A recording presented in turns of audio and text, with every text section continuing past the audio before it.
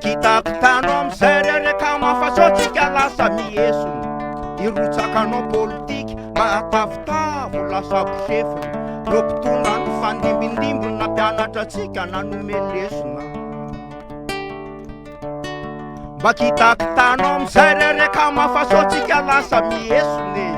Irotsakanao politika mahatavitavo lasa bosefony.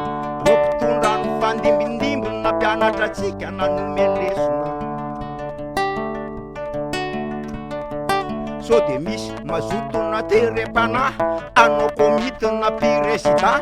Pitambolana sekretera fitsika tsy mila milotaka ela. Amin'ny lahady tongava mivory manaova fitafina olona ambony. Tsika irotsakanao politika teneniny akama tongava de entony ekipa. Orlety tsy redirety fa tamin'ny taona 2013 de nisy nilaza hitondra ny tany tonga de pezy. De malaza sy tena maoraka fipastera ho ambotsirohitra fa ny devolo no sisa-panohitra. Apokalipsy akatoavin'ny FMI Fary John sy Jeremy de tsy afaky hitondra ny titanity.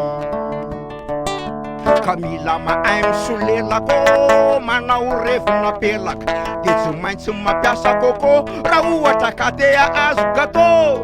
Raha tsy zany de tapapirin raha vao tsy mijaby terrain.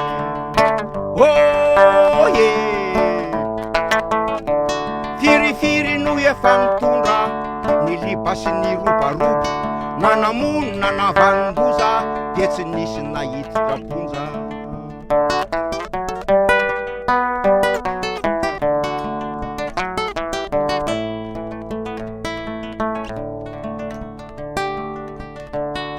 Tsy maintsy sy bala ihany izy ty raha ohatra ka tena norma. De hitadiky anja malalaka tery loatra raha Carlton. Lohateny ivoaka gazety de hoe matiny rapasy le bolle. Tsy maintsy sy bala ihany izy ty raha ohatra ka tena norma. De hitadiky anja malalaka tery loatra raha Carlton.